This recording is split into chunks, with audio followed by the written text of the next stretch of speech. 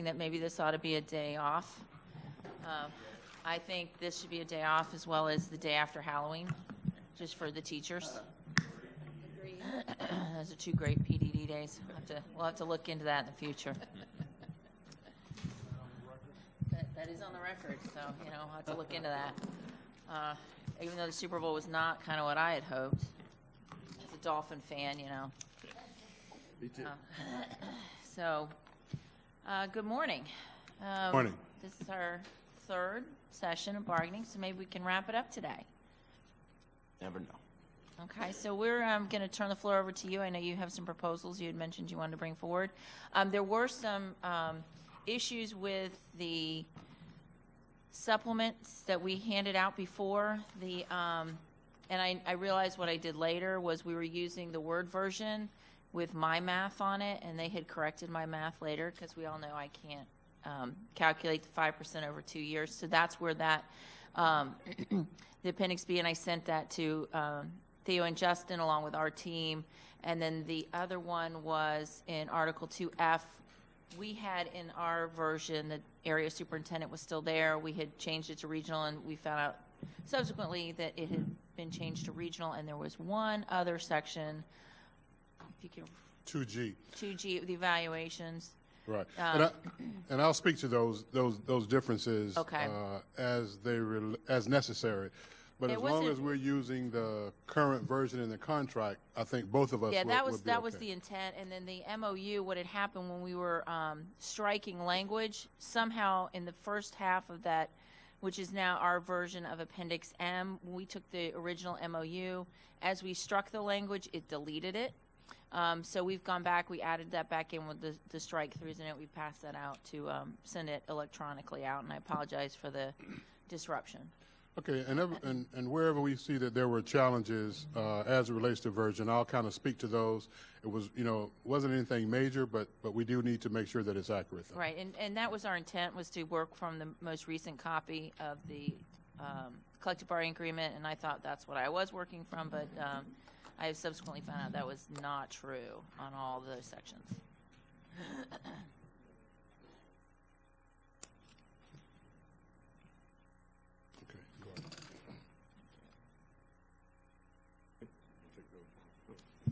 Good morning, Amity.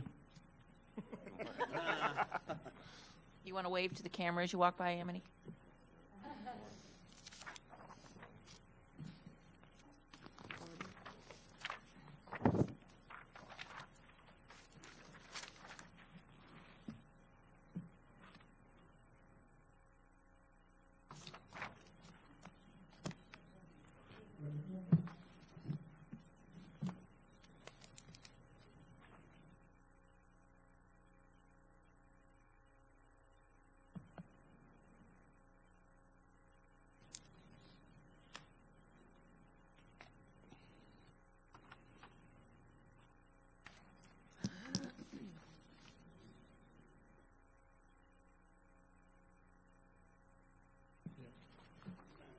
Okay, there were two appendices that we did not share with you last time we were bargaining.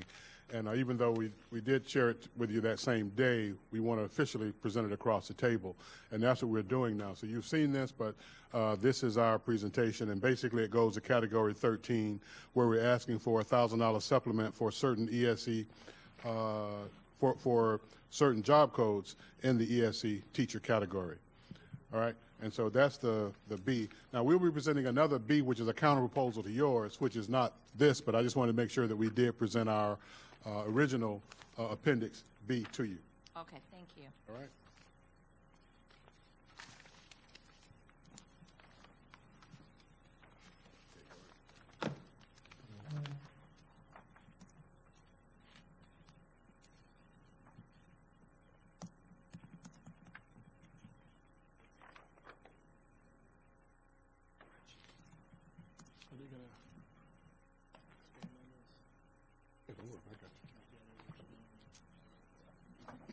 Did you want to cite for the record what those job codes were? I know that there maybe be some confusion. There might be some confusion among teachers as to what those job codes are. Do you have a list of those that you want to provide for the record?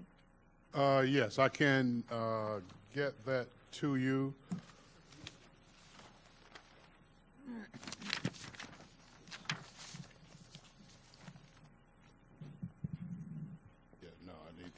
resources.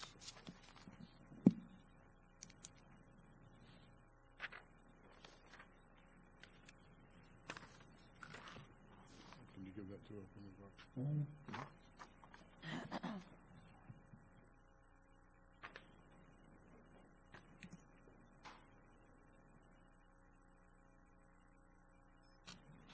Okay, this is all the teachers. Right, so if you look at Okay. the numbers that we were talking about in the contract, you'll see the, Okay, so what we're looking at is teacher ESE autism, teacher ESE EH, teacher ESE hearing impaired, teacher ESE physically impaired, teacher ESE pre-K, teacher ESE SED, teacher ESE SLD, teacher ESE speech language impaired, teacher ESE speech language pathologist with license, teacher ESE intellectually disabled, teacher ESE VE, teacher ESE visually impaired, teacher elementary gifted, teacher middle gifted English 6 through 8, teacher middle gifted general science 6 through 8, teacher middle gifted math 6 through 8, and teacher middle gifted social science 6 through 8. Is that correct? correct.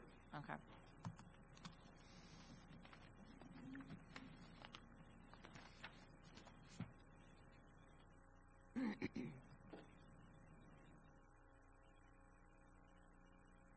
All right, and the next appendix is Appendix D, Additional Period Supplement.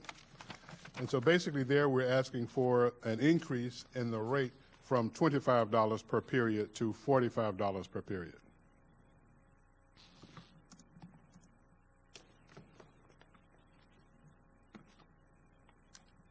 Given that we've been pretty transparent about the money we've gotten from the state, how much we have in the fund for raises, how do you propose that we pay for this, almost doubling this supplement?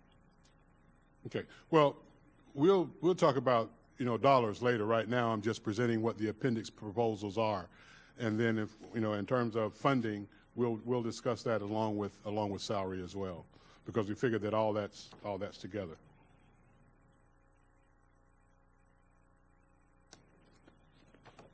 All right.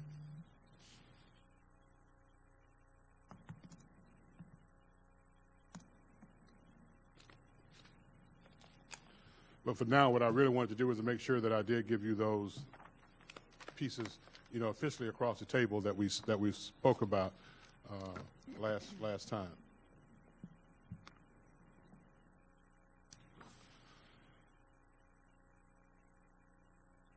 So the next item, what we want to do is start out on a positive note. We found something where we can TA, so we wanted to share that with you first and start out on a positive note. That would be wonderful. Okay.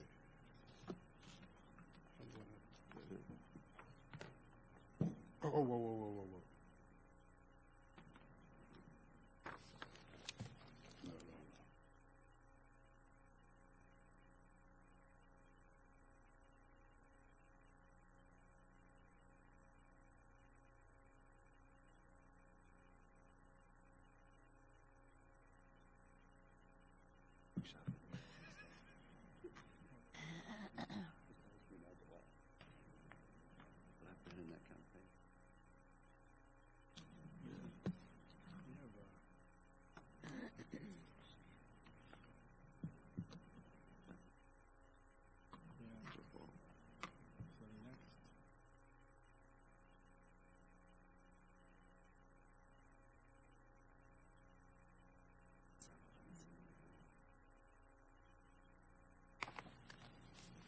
CSE teacher started like step 10. Step 10 anymore.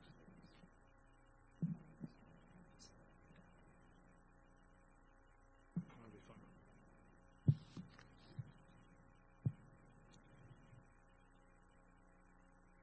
Thanks, yeah.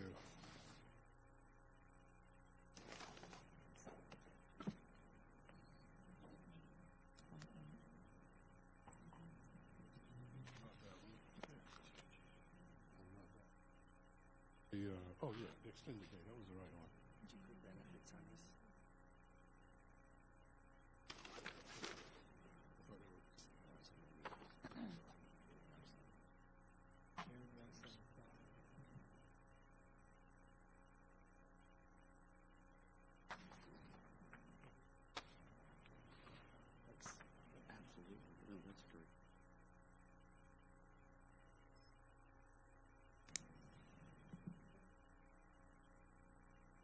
All right, and basically it's it's Appendix M, the extended day MOU. We did look at that, and the strike-throughs that you have in there basically are there as an edited version to kind of clarify how this once MOU can become a part of the contract. Correct. So we're in agreement, so we can sign off on that item. That's outstanding.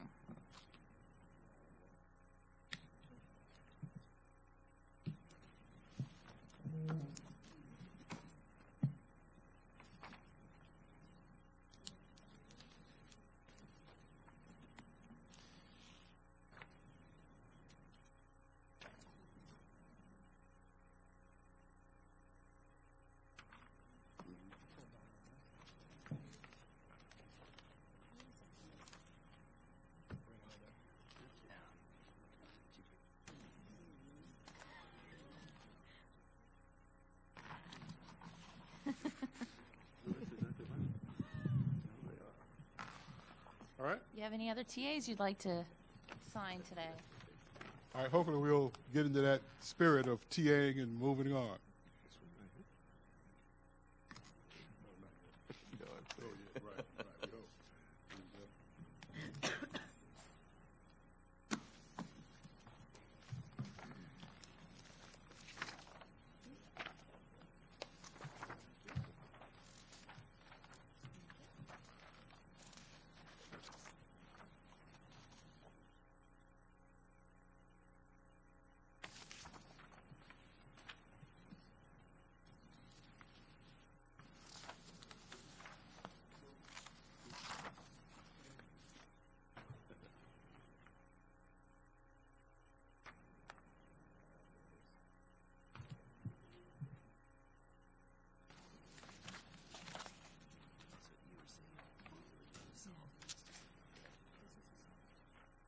Okay, the next item is Article 2, Section F, Employee Authority and Protection. Our counterproposal.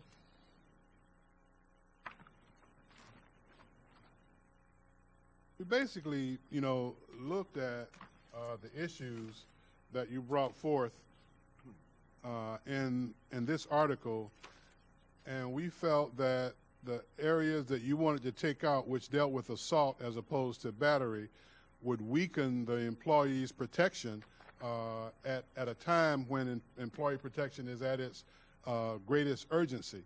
And so what we decided to do, if you'll go to number 8 in your proposal, where it talks about any case of assault, we added in or battery. As opposed to taking it out, we just put or battery. And we just felt that because of the timing of things, that this would be the worst time, I guess, to take away protections for employees. And so any place where you saw that, we added in or battery. And that's in number 8. And then if you go over to number 10, you'll see that we did the same in number 10 and the same in 10.2. And then in number 11, where you took out physically assaulted, we put injured as a result of assault or battery. And so basically what we're doing is trying to clarify that we're trying to make it clear that we want to protect our employees in case they are hurt or harmed in the line of duty. And so, and then in the rest of 11, we added in or battery where the assault was indicated.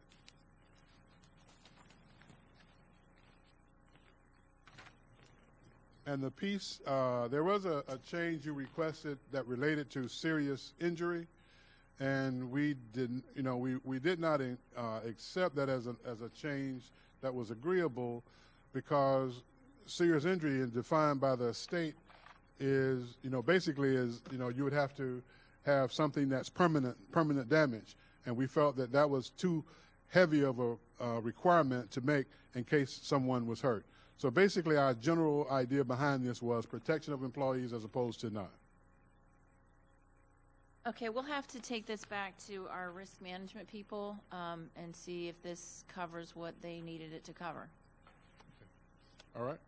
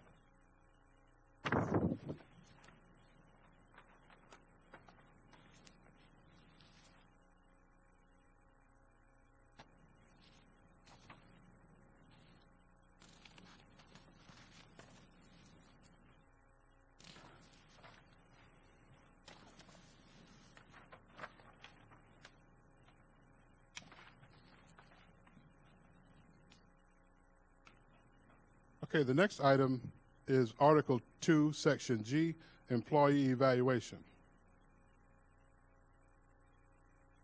Okay, and basically, you know, your proposal was to remove most of the language that referred to the teacher evaluation out of the contract, and I'm assuming that this language would be somehow added to the CTES, and well, whether or not it would be, our objection is to, well, our position is that we would rather not remove current evaluation language out of the contract, because the contract is really what we use to guide us on all of our rights. And so the employee evaluation is so critical to the employment of an individual, we would definitely not want it to be out of the contract. With CTES, that document is sort of fluid because we make changes as the state make changes. And we feel that even with the current governor and some of the announcements he made recently, there will probably be changes coming forward soon to the contract, to the evaluation process in the state. And so we just feel that we need to leave our contract as it is in terms of our employee evaluation language, and work on any changes we may need to make at a later date in dealing with JINC and the CTES. Now, we did have some items we felt we needed to clarify because we do negotiate the evaluation process in JINC, so we didn't want to negotiate it here. But if you go to the second page and looking at the definitions, you'll see where we talk about the pre-conference. Well, Thea, if I may, I mean, the changes that you're making, I look through, they are changes that already have been made at JANC. The reason why we want this language to be reflected in the CTES handbook is that is the handbook that should set forth the procedures and the protocols for the grievance process, because like you said, they're fluid. To cement them in here causes a disconnect. You and I have disagreed on whether JANC can change this section of the contract. My answer is they may not. This is the team that changes this language. JANC changes the CTES handbook. They set forth the procedures and the policies there. To have it in two places, we are going to end up where we are right now. You see that from the changes you had to make. The CTES is fluid and it contains exactly what we're doing when we're doing it. Having it incorporated by reference means that it is good as contract language. Any labor lawyer worth their salt will tell you that. That if it is incorporated by reference, it means that the CTES is made whole and a part of the collective bargaining agreement. To have the language copied in two places sets us up to have different languages in different places. Now, let's say that there is some kind of broad change in the state where evaluation is one formal a year.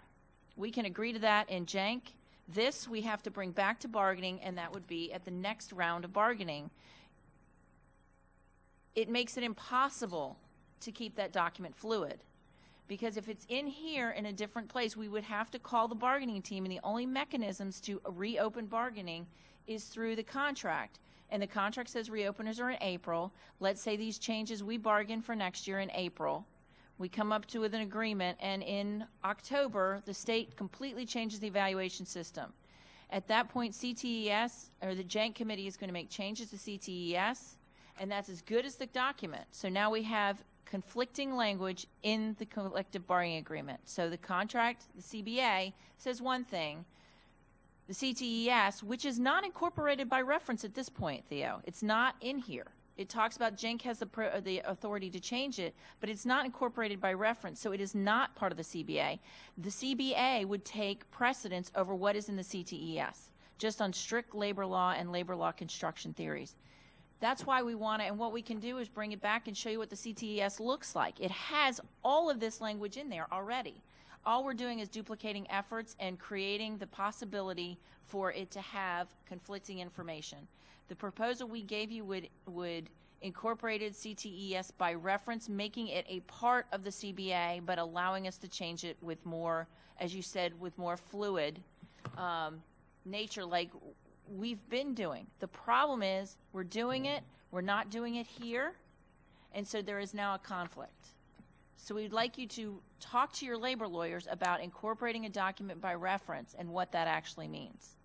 Because in doing that, and because these are electronic, there would be a live link to CTES. Wherever it is mentioned, the employee could click on it. It would take them right to that document. Well, again, we would not object to including the CTES by reference in the contract, but as far as taking out the contract language in the contract itself, that we're not agreeable to. Well, let me just say, we're not agreeable to incorporating by reference, because then at that point you do have a conflicting language, and you'll have the CBA in two places saying two different things. And that is going to cause confusion with your membership. It's going to cause confusion with our personnel, with our principals, because they're going to look at the JENC newsletter and CTES handbook, and it's going to say something different than what's in the CBA. We can't have that conflict for our employees as well. It's going to cause problems if we do it that way, and we continue to do it this way. It doesn't take any authority away. In fact, it gives JENC more authority, because right now, JENC does not have the power to change this evaluation system. They don't have they can change it in CTES handbook, but they can't change it in Article 2G. That is only this bargaining team that can do that. Well, again, we're not going to take it out of our current contract. If we can make adjustments to have that fit, that's fine. But we don't want to remove language from our contract as it relates to evaluation. And if you want to work on something to meet that need, we're agreeable to do that. But we just don't want to remove it from the contract itself. And because right now we've come to pretty solid grounds on JENC. The basic changes that will come at this point will come from the fact that either testing areas may change. The state may make different requirements in terms of what could be included. So there's not a lot of great changes we're expecting right now, other than if we come to a whole new agreement with the district, with the state, new requirements because of state changes. So, and if that happens, then we will have to go back and start over again. But at this point, we feel that the language in the contract is good for our members, and working with the CTS and JENC has been a very positive effort for us. And we feel that the simple thing to do would be to incorporate, and then CTS by reference.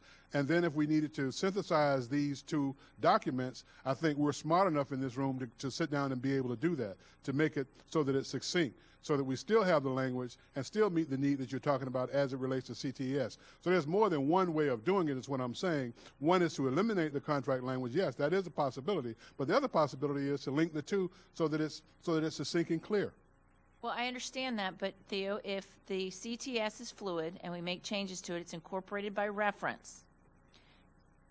How are the principals supposed to know which one they're supposed to abide by, the language in Article 2G or the CTES handbook? Well, they should be the same. And see, the reason for the CTS is so that we can deal with changes. That's why it's there. It's not so that we can define it. Defining it is defined in the contract. But the CTS is so that we can sit down and make changes as necessary, because in the past it was so much of a challenge that we really need to work through it. And that's why we did that. But now we're at a stage where we've done a lot of work in making sure that the CTS is clear as it relates to the evaluation process, and we've gone back and made changes in the evaluation in the contract as well in 2G. The items that we have listed in here are just for clarification purposes, because we weren't trying to negotiate these items because the work has been done. And so we just wanted to make sure that it was clear as it related to the pre and post conference about them being required face-to-face. And basically, that's a major addition we made, not really change, and that was just an addition. Right, like I said, Theo, in the CTS, right now a pre-conference is defined as how you have it written here. If we cannot come to an agreement on this, there is a difference between what's in here in 2G and the CTS. It's also the post-conference. They can't be electronic according to this one. They have to be face-to-face. In the CTS, if we can't come to an agreement today, it's not going to say that in 2G.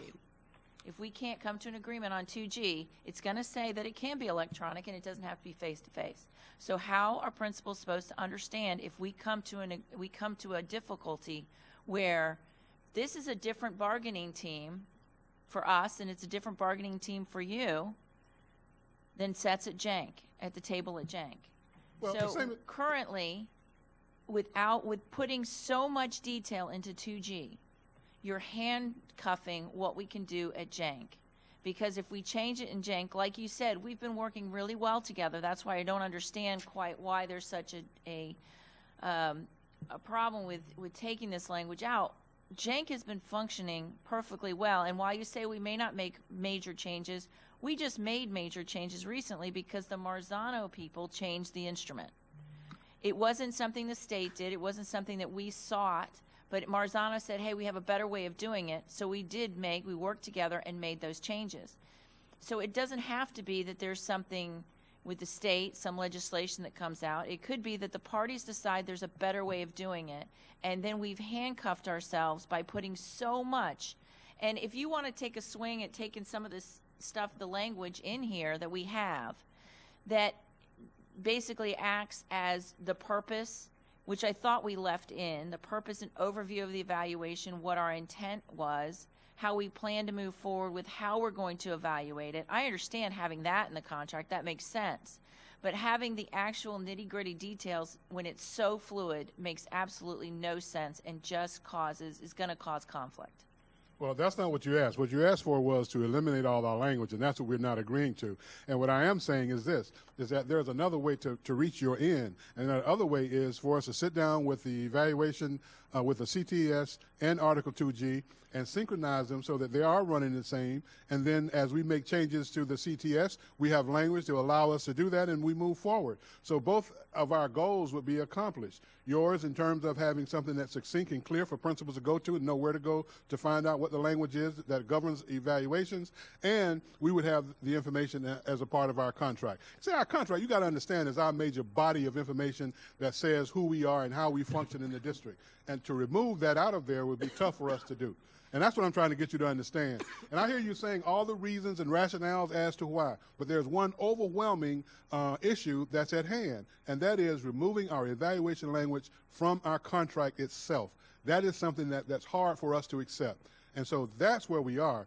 But if there's something we can do to accommodate the request that you really want to accomplish by removing all that language, we'll be glad to sit down with you and work that out.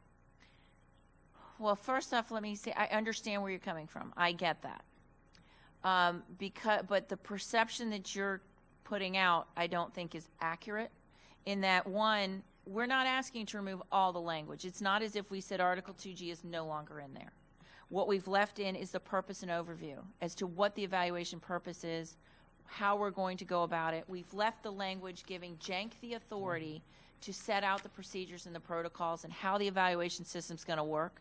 We incorporate the CTS handbook, which is your fluid document. There'd be a live link into it, so employees, when they look at evaluation, it's still there. CTA still has that authority to negotiate those provisions through Jank. Right now, the way it stands is you have the ability to negotiate CTES with Jank, and then the bargaining team bargains the language that goes in the contract.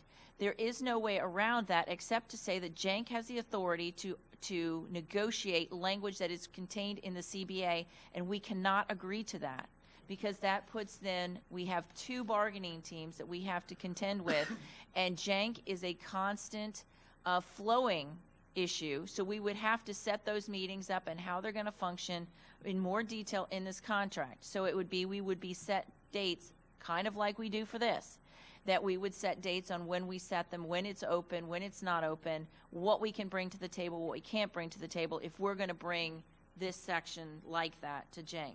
But I would ask you to review the policy, have your labor lawyers look at it, and see if it still does what you want it to do. Because I think we're setting this up to where we're going to end up at PERC trying to determine who has the right to negotiate this section of the contract. And I don't want to be there, and I don't think you want to be there. And the simplest way of doing it is having Jank the authority to negotiate CTS, have a live link, and that's a fluid document. This is not unheard of. In the SEIU contract for regular employees, the bus driver and attendant handbook has been incorporated by reference for years. And that is how they operate. with all of their, it's not just evaluation, but how they're going to perform the functions of their job, what they're required to do are all in that handbook. Because DOT regulations change, and we have to make those changes with some kind of fluid movement like we do with the CTES. That has been an SEIU, and you can talk to them. This has worked well with them in the past. So I would ask you again to look at our proposal, because we're going to end up with language that doesn't match. And that's where we are right now. The language doesn't match. So I think, we've given all that we can on this issue, but I would like you to go back and talk to your labor lawyers and see if it does, it has the same force and effect of having it actually in the contract. Well, one, you use the term that the language doesn't match. If you look at the changes that we proposed, there's basically one item we wanted to strike, and that was where it stated in here that post-conference or pre-conference, I forget which, could be done electronically. That's the only thing we're really striking. That's the only place where there is not congruence with the two documents. So when you keep saying that, that's really not accurate, because most of this is general in nature, and the specifics fall under CTES. Again, I don't know if you heard me or not, but all I'm asking is that we don't want to take our language out of the contract. If there's a way, we believe that there's a way that you can synchronize the CTES with this if you feel that there's a need. I don't, but you do feel it. And then I also believe that if we just made the CTES a part of this by reference, then we'll be good to go. I mean, we would accomplish both of our goals. I don't understand the requirement to take away something that you see that we clearly don't want to have out of the contract. That's just out of value for what we feel is important. And then we're willing to open and to achieve your objective. So why don't we just do both? That's what we're supposed to do at the table, is to come together, look at both sides, and then see how we can make things work. And that's what I'm suggesting, a way to make things work. I understand that you're frustrated. I can hear it in your voice. I understand that you believe that the employees feel that they're losing something. And that is not our intent, and I'm stating that for the record, because when you look at the CTES handbook, it mirrors, the language in the evaluation in Article 2G is verbatim in the CTES. It makes no sense to have two identical documents when one can be incorporated by reference, can be negotiated as need be, since we're already doing that. To say that there's very minimal language that's being stricken, you're correct. It's very minimal that's being stricken, but what's being added is extremely important to the teachers. What's being added is that those conferences have to be face-to-face. That's not being added. No, that's not being added. Okay, the only thing I added was a clarification piece about it being added. If you read, you'll see that it says that pre and post conferences, both of them have to be face to face. And so we just identified we just specified formal and informals in dealing with those. So that I guess. For clarity purposes. But okay, so you have and we don't object if you don't want to include that. We don't object to not including it. I think we're just kind of at an impasse right now with this item temporarily. And I'm not using impasse in the frame of labor law under 447. I think we've beaten this horse enough today. I think both of us need to go back and look, and I would truly ask that you find, your labor lawyers and talk to them and see what incorporating by reference really means, and find out that this just clarifies it, makes it cleaner, makes it operate more smoothly, so we're not having to constantly make sure that what we're doing in JENC on a constant basis to do what's best for teachers and make it clear for the teachers and the principals that we're not creating confusion. Well, two things. One, I do understand what incorporated by reference means. Two, I'm not frustrated. I'm just trying to make sure that you clearly understand our position. I realize what you want to do, and I offered an alternative to try and make sure that both of us accomplish our goals. That you don't seem to want to agree to. You've said that the evaluation in 2G, is complementary or duplicates what's said in the CTES, and I agree. And where there's a difference, I feel, that's something that we would need to change, as we have done in the past. If you look at the version of 2G that you gave me in the beginning, and the 2G we have now, you know what the difference in the two are? The differences in the two documents is that we sat down and negotiated in JINC these changes. We came and put those changes, incorporated those changes in the contract, and therefore they're there. That's how they got there, because we incorporated them as a result of our working with JINC. So that process does work. Not only do we have to suppose it works, we have concrete information to show that it did work, because it's here. It's in the contract language right now that we're dealing with. Because 2G that we're presenting, all we're doing is responding to your request to remove stuff. We're not asking you to add anything other than make one correction that's inaccurate, and that's about the electronic version of a conference, of a pre or post conference. That's all. Well, Theo, you are misquoting me, for one. We're not trying to take anything away from teachers, period. End of sentence. I didn't say that. Okay. This is where you're misquoting me, is that JANC did not negotiate the changes into this contract. That was done at this table last go around. If you let me finish, Theo. I know, wait a minute, but you misunderstood what I said. You JINC said negotiated the items.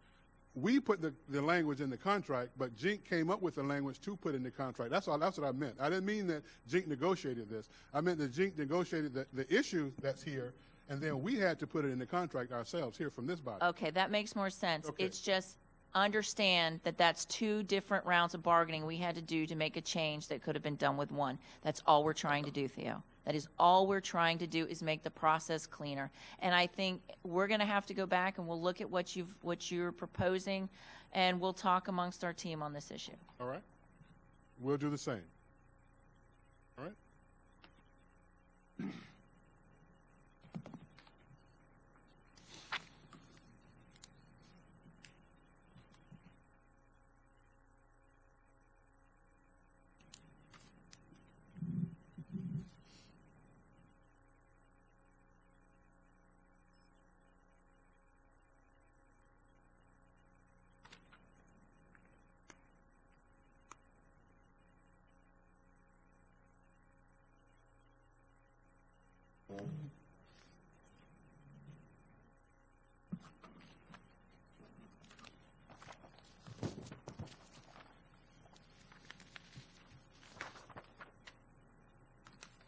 you.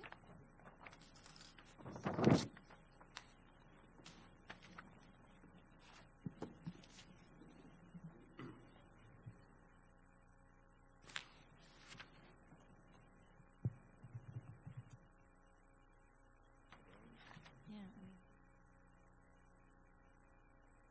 restraints, four restraints. Everybody got one?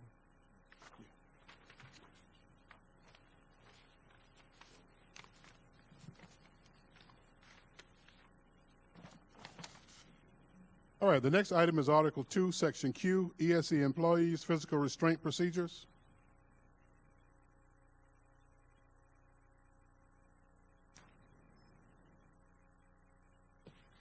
Okay, here again, you're making a request to remove language from the contract and have them be located at another location. And this location that you're asking for it to be located in is in board policies, of which we have absolutely no control over what happens in board policy. All right, so I did a couple things. One, just so that we don't have to get into a whole lot of deep arguments, I read what the physical restraint process is listed in Article 2, Section Q. Then I went to district policy and read what district policy says about ESE 5.181. And in reading the two documents, because when you presented this to us, you included as a commentary that there are rules or laws that or processes included in 2Q that goes against state law or some other entity. I don't know. I believe it was state law you said that was outdated.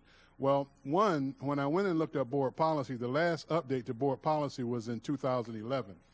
And then in looking at the contents, and you can read them because it's not my opinion, it's fact, that the contents in here, the only area where there may be question, and I would defer to someone in ESE to answer it, is in item 7 and item 8, and that's dealing with the horizontal flow restraints. And I know restraints can be done with a person face down, but supine, that's not allowable according to district policy. So what I did was I kind of went through to see where there was a need for us to remove this language, and I didn't find anything that would be contrary to what district policy says other than 7 and 8 in dealing with the horizontal flow restraints. And the only reason I say that is because I'm just not sure whether that's something that could be used or not. But what's constantly said in district policy and referred to in Article 2Q is the fact that the employees would have to be trained by the district, and they'd be held to that district training, and so they would tell them what is appropriate and what is not. You know, it was very interesting in reading, you know, how little a person can do to try and restrain kids. That was interesting, but this information in 2Q really doesn't detract from board policy. You know, if you can show me where it does, I'll be glad to It's exactly consider where that. you pointed out in the horizontal restraints. And the reason why, Thea, we talked about this before, as the laws change and school board policy changes, again, this is going to have a conflict. And I don't want our teachers to hold up your document when a child's been hurt because they used a restraint that this document says is legal, but board policy had been changed to say is not, and them hold it up and say, see, our CBA says I can. Okay. And I don't want us in that position. And I understand that really the only piece of it right now is that horizontal holds. But that is a very, like we've talked about again, and with the evaluation, it's a very fluid area of law on what is allowed and what's not allowed on how to restrain children. And I just don't want our employees to look at your document and see and think that some things are okay when they don't know about the policy. And we know that the policies are, you know, it's a large body of documents. A lot of employees don't even know where to find them, even though they're responsible for knowing them. We're trying to make it actually easier for teachers to understand what the rules are with regards to physical restraint. So we'll take what you said. Again, we're just trying to make things clear and easy for employees to understand. I understand what your intent is. You don't want to change the language, take it out of the contract. So we'll take that back and we'll discuss it with our team. Okay. Well, I guess I would like to make clear that if horizontal restraint is not allowed, then we should remove it. You know, it shouldn't be in there because, as you say, it could give false information to an employee feeling that they're allowed to do that. However, what this language basically refers to is district training.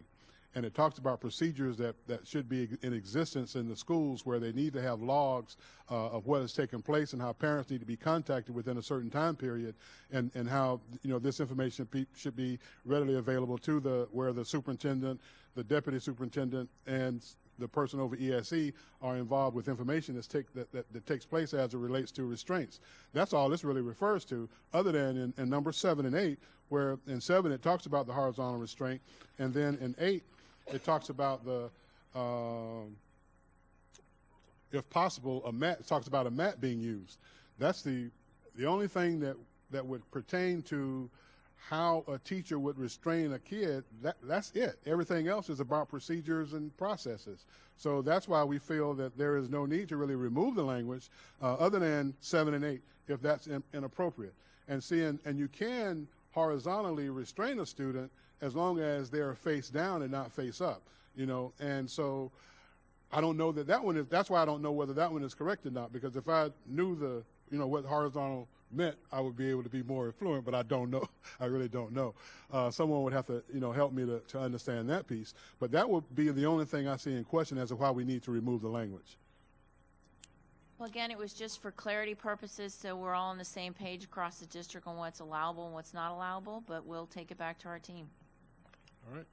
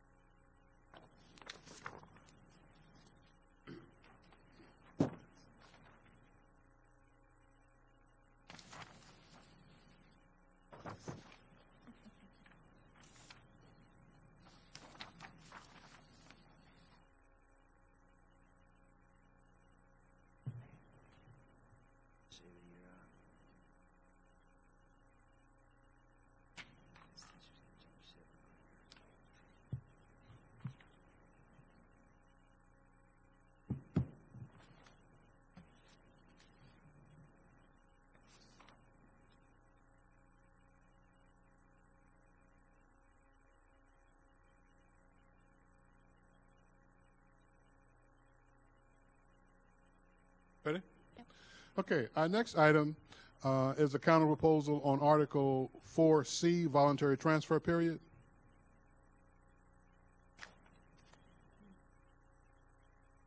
And in item 2C, you made a request that we look at an issue dealing with high-need schools and as it relates to being able to transfer. So what we are presenting is the applying teacher. This is filling vacancies with current employees during the voluntary transfer period are subject to the following. And of course, we have A and B, and we agree on that. And then item C, it says the applying teacher is at least in his or her, currently it says third year, we're asking for it to be second year of employment with the district, or has completed a probationary period at the time of the transfer and is transferring to a high-need school as defined by the district and the association each December. Let me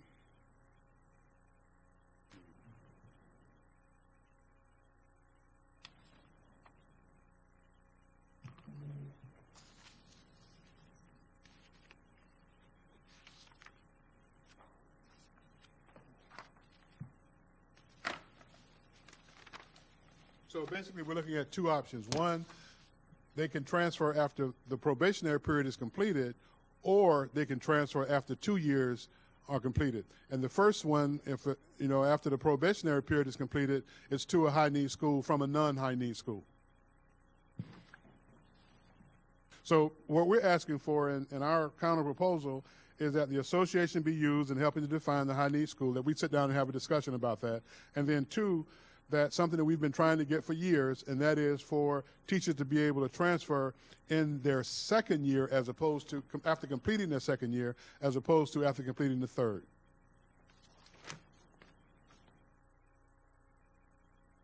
We've run that up the flagpole before. We did Correct. it last year, and our problem is the high-need schools.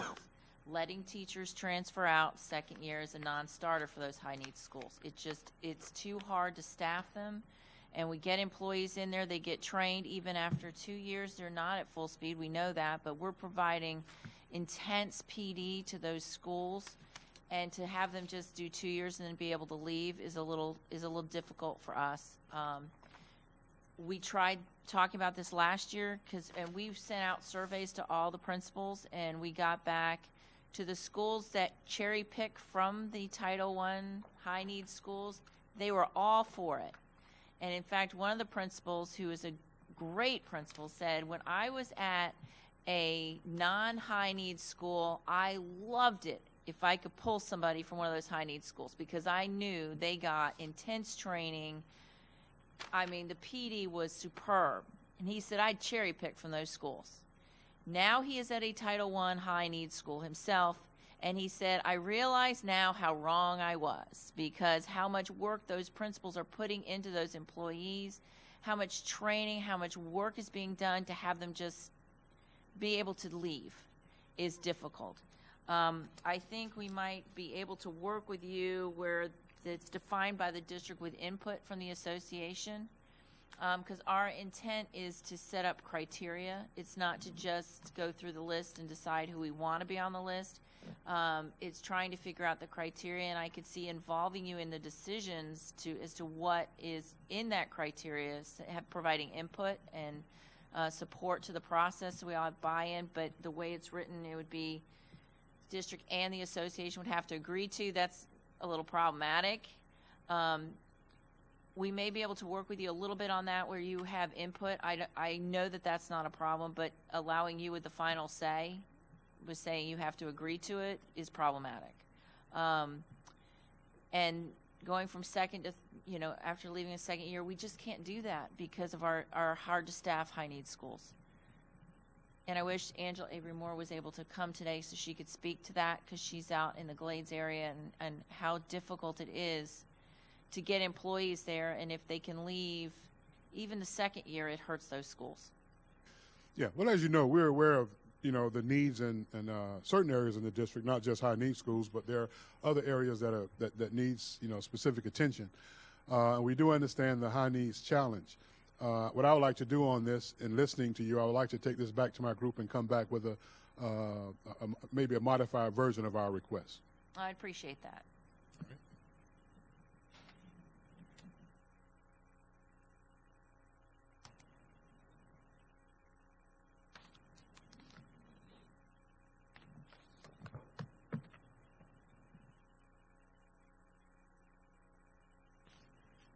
One of the things I'll ask you to be mindful of, and for future conversations, number one, that first sentence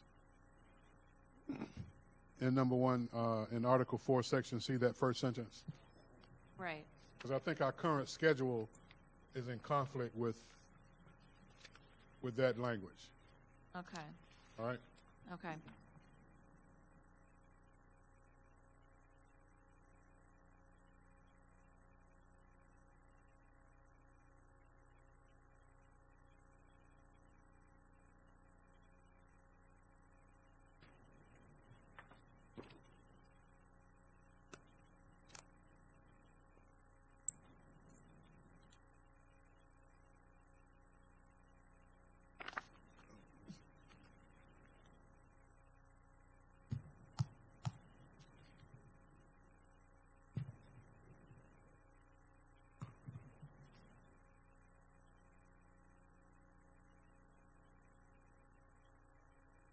But our people, we don't have enough.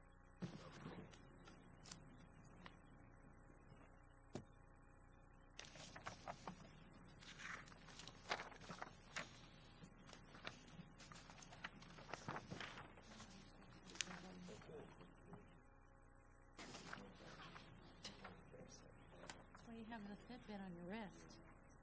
And then if you clap real hard, it counts it as a step.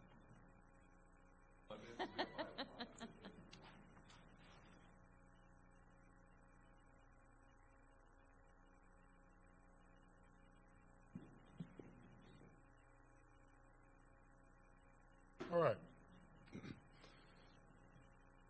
Our next proposal is, counterproposal, is Appendix B supplements.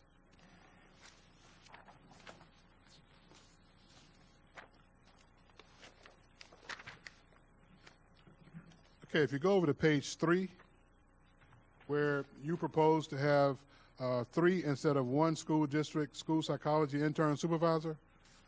Okay, so we're including that in our counterproposal.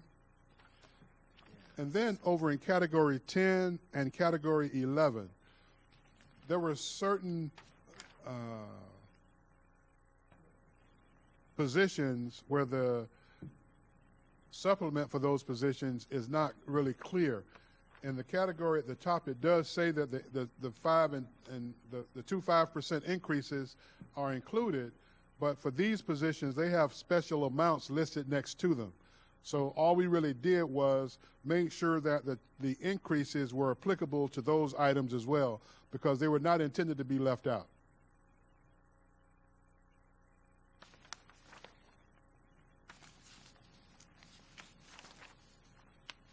Okay, we'll have to check and see. We think they may already be done that way. Right, and I'm not saying it's not. It's just not in the language, so we wanted to make sure that it's in the language. We're hoping that it's been included already. There might be a better way of doing that, and just if we're already doing it, it's not going to cost us any more money. Right. Maybe taking out, where it says all levels, SECME advisor, and it's a supplement per semester. The supplement is per semester. Okay. But then it takes those numbers out so we don't run into that problem again. Right, and take the dollar amounts. Okay, yeah, Correct. that's fine. That's fine. We'll find that to be agreeable.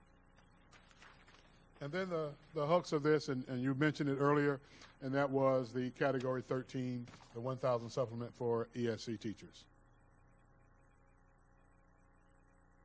We discussed that earlier, but that's part of our counterproposal to you for Appendix B.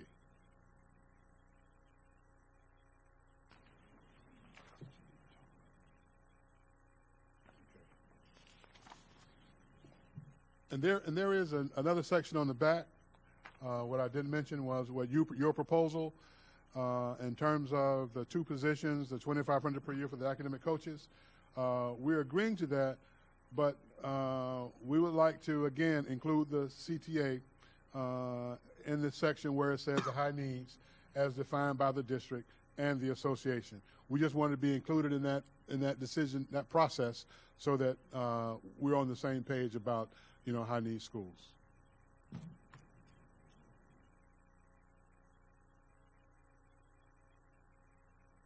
Okay, so let me just get clarification here. On this one, you want to just input into what the high need schools will be, not necessarily who's selected.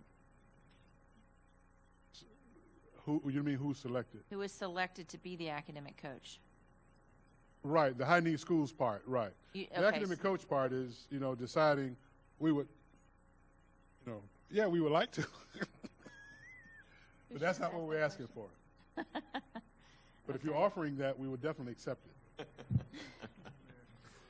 Just a point of clarification. So the distinction between 2,500 and 5,000, is that to say that coaches would be given this opportunity and told they're a 2,500 or 5,000, or if you're given the opportunity and you choose to perform the higher amount of work, you could choose to qualify for the 2,500 or the 5,000? I'll get clarification from Mr. Oswald on that. This is kind of his brainchild and baby, but my thought was that the 2,500 would be at schools that are not, they're on the high needs list, but not as high needs as the other schools. So it may be as the needs of the school would indicate whether they get the 25 or the 5. And I also think that there might be a possibility at some schools where there might be those two, both. But again, we have to clarify that with Mr. Oswald. At the schools that are in desperate need and are having struggles academically, that it's possible there might be two. But again, we'll clarify that with Mr. Oswald. Right.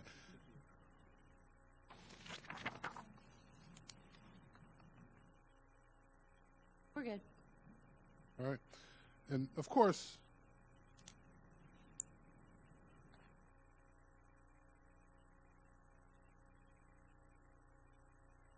we would have an interest in, I guess, in looking at the requirements of the individual for those positions, because we would definitely like for them to be, serious contributors and have had experience in doing those kinds of things, and not just someone who I may just want to put in that position. Because if they're in high need schools, we need somebody who's going to make a difference. I think we've shown that that's what we're interested in through the Okay. Teacher Ambassador Program. I think that kind of shows you where we're going with this kind of Okay. thing. All right. Yeah, we've been working well. I'm just trying to make sure that we hear that. As Gonzalez says, just point out to me, just remember it's all about the kids. Correct.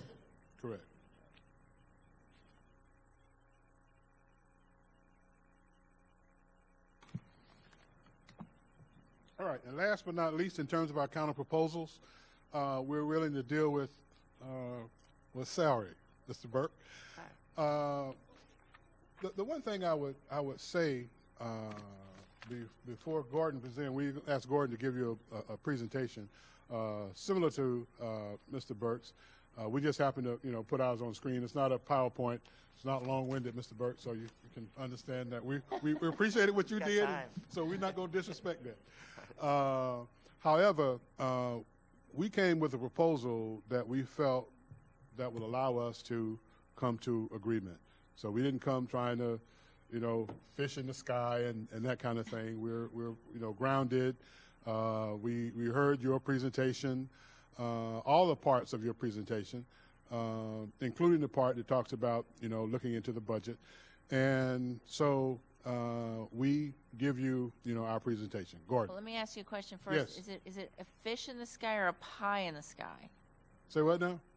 Is it, I think this is more like is it fish in a barrel. fish in a barrel? Oh, you had said fish in the get it. sky. I was just giving you a hard time. It's usually Oh. pie in the sky is how I've heard it. Except Does this for- include, before Gordon gets, does this include the monetary asks that were in your initial proposals? Are those added into this? No, they're not added into this one. This one we're dealing with the response to your salary proposal, period. So the, All right. our calculations, and Mr. Same Pope, as- before I get into that, but the asks that you've asked for with the raising the additional period supplement to $45 an hour and raising that with the ESC, the $1,000, that's almost a full percent.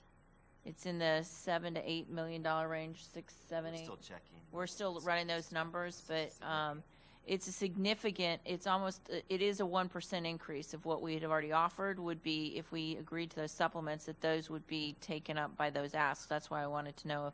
So if this proposal doesn't contain that, then is there going to be a proposal coming forward that's going to take into consideration the true cost of what you've asked for? Well, if I'm not mistaken, and I could be in error, but for the additional positions you have in Appendix B, I don't think they were part of your salary proposal. Am I correct? The academic coaches were not. Academic coaches, They were yes. not, because I wasn't Right, certain so- how many schools, right, so- how many people were involved. But That's all right, but it wasn't included, and so we basically followed suit. We didn't include anything else in ours other than the salary itself. All right, and so those would be items that we're presenting across the table. It's a part up to you to respond. However, we don't dictate that. We just present it to you, and then you tell us where you go from there. But our salary proposal is one that we feel that definitely falls within the realm of agreement, potential agreement. So Okay, that's what well- we're trying to say. and we're keeping track, so we'll add it up. Oh, I didn't think you were. Sure, no problem. Thanks. So, just before we pass the paper, since I'm already over here, this is a similar format to what you presented in your proposal as far as the layout of it, similar to what we ended up agreeing to last year as far as the layout. I'll just start with Palm Beach County continues to be the highest performing urban district in the state. We are asking in this proposal for the exact same numbers that we came to agreement on last year when we agreed to the salary proposal for the fiscal year 2018. The total cost you'll see over there to the right, $22.8 million, including benefits. It's right in line with what was agreed to last year. And again, you don't need to write. If you want to make notes, you can. We've got paper to pass that has this, Okay. so you can save that. Theo said I wasn't going to talk long. This may be the shortest I ever talk on a salary proposal. I'll just go there. Because here is part of the rationale behind this, and also hearing your remarks regarding the legislature, dollars, and all of that. This is the graph that you remember from last year in the PowerPoint presentation, adjusted for these numbers. Let me slide this up so we can see. There you go. So these are the years. 2018, our agreement reached about this much money for this many people. The numbers here have changed, but when you go to this particular cell right here, what you would find if you click on that in the formulas is what that does is it goes back and extrapolates based upon the 12,480, so that we've got a constant number over time. We're still in this area where the decline, even with our proposal for this year, which is one of the reasons we think it's responsible and very doable, we're still in this range where we're declining year over year as a percentage of the general revenue. That can exist for any number of reasons, some of which may be very easy to explain, some of which people may have a hard time agreeing with or understanding why. But we did want to demonstrate with this graph again where we are and why we made this choice at this time, because it is last year's numbers. It's very doable. We are within about 1 1/3 points between what you all put on the table first and what we put across today. We believe it's responsible, especially in light of the fact that the fund balance coming from last school year into this year was $19.3 million more than the fund balance that went into the prior school year from 17 to 18. So there is that growth there. We acknowledge monies have to be spent sometimes in a variety of ways, but it all underscores our ongoing urgency about putting personnel first in the budget and not saying, let's do all of this stuff and then come back and see what we might have left. And at that, I think I can leave it at that for now, and I'll pass some paper across.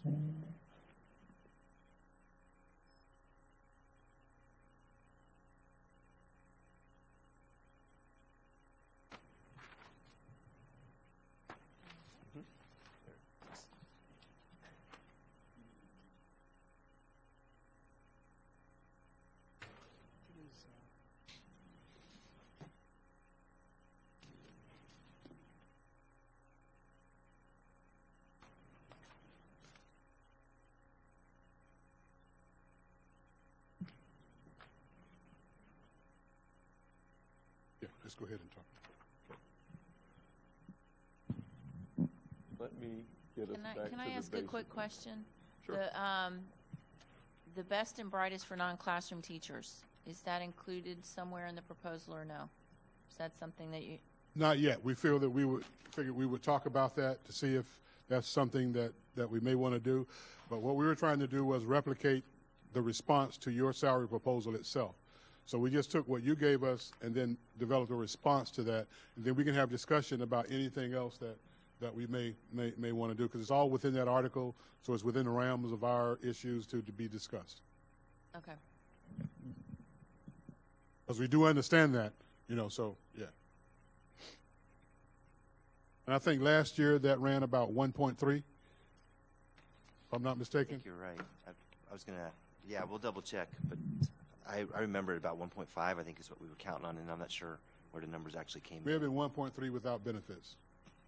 Okay?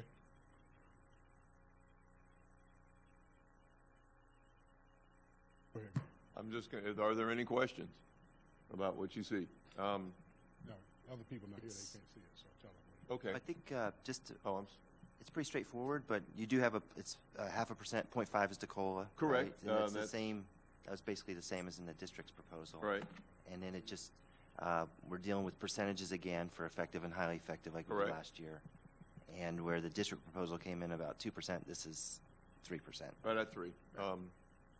Say it so the people can hear Right. what we're offering, because they So can't see it. for those who are watching the video, if this is difficult to read, the proposal for CTA is 3.5%, which is inclusive of a half-point COLA for teachers who are highly effective, 2.75% increase, which includes the half-point COLA, cost of living adjustment, for teachers who are rated effective, and the half-point COLA for everybody who does not fall into either one of those categories.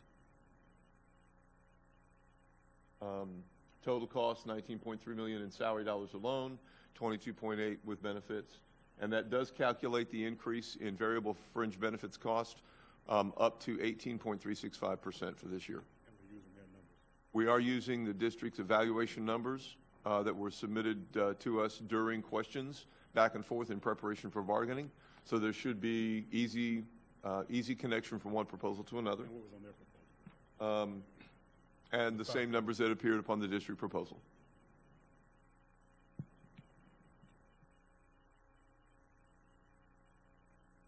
There was about $7.9 million gained by way of attrition, comparing the settlement amount last year with the budgeted amount per teacher in the budget documents that were made available to principals to begin preparing their budgets back about a year ago in preparation for the budget as it was processed through the summer.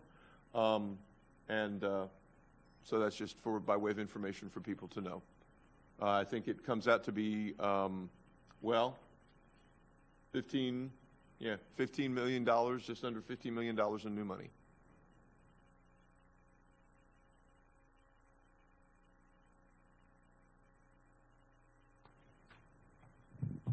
Okay, I don't think we have any questions. What we'll do is we'll talk about this in caucus and get back to you, but I have 2 proposals, other language proposals we want to pass out. I'm sorry, I didn't hear you. We have 2 other proposals to pass out, counter proposals. Okay.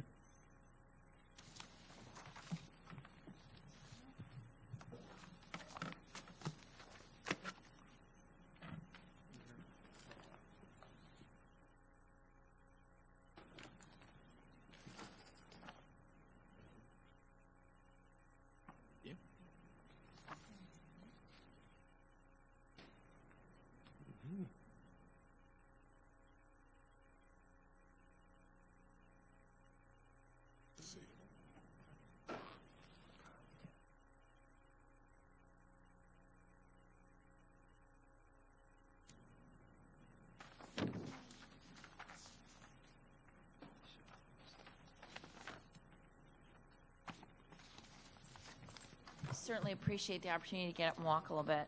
This is Article 8, Section B. This is our counter proposal. I didn't write that on the top. Apologize for that.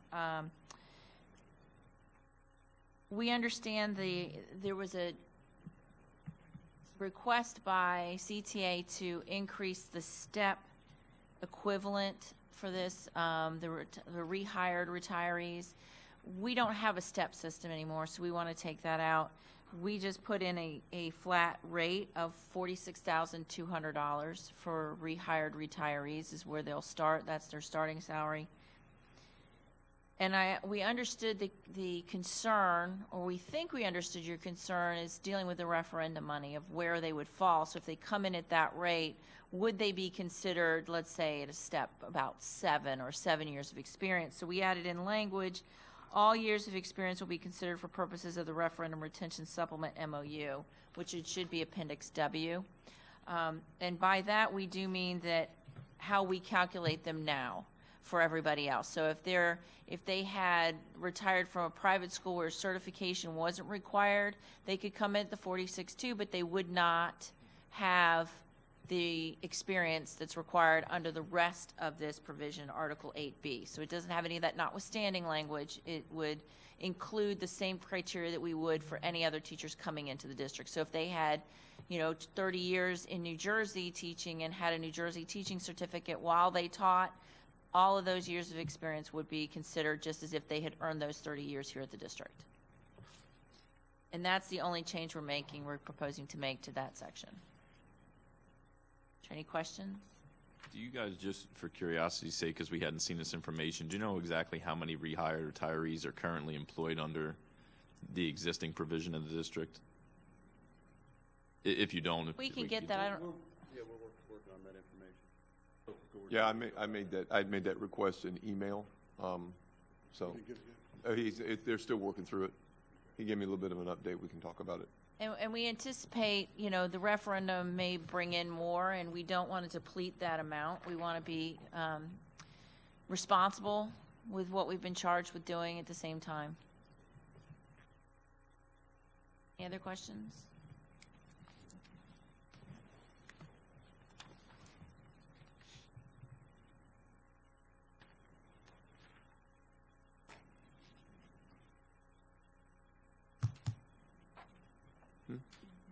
Yeah.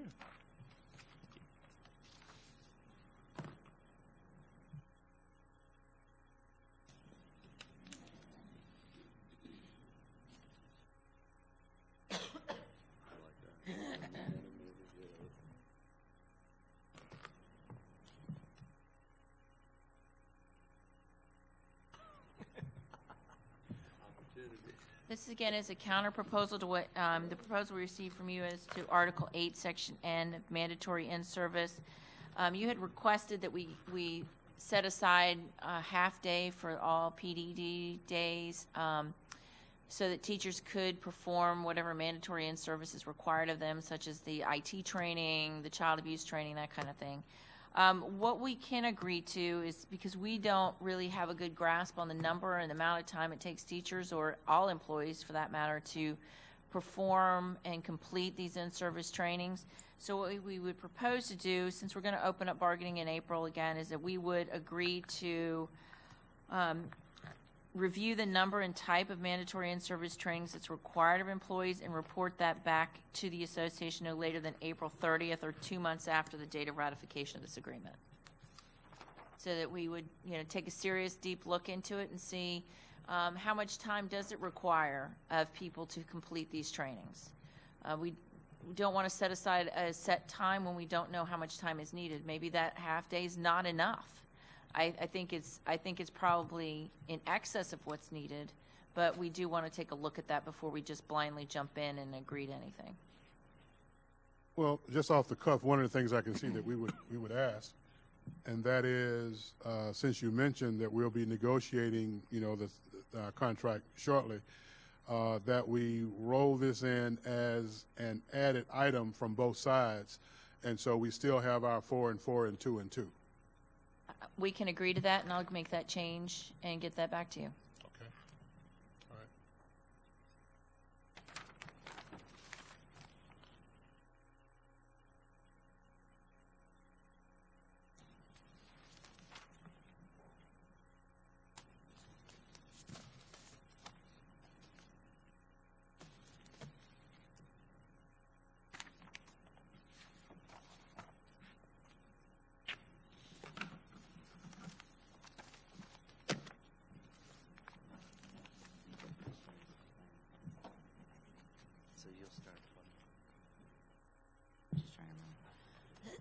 right, if there aren't any other questions, I know we don't seem to have any on our side. We'll maybe take a caucus.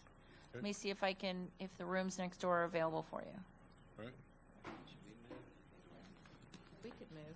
Would you prefer that we move? We could probably find, we're a smaller team. We No, could we- probably, We can move, we don't care. you just don't want to be on the microphones. No, we wouldn't dare think about that.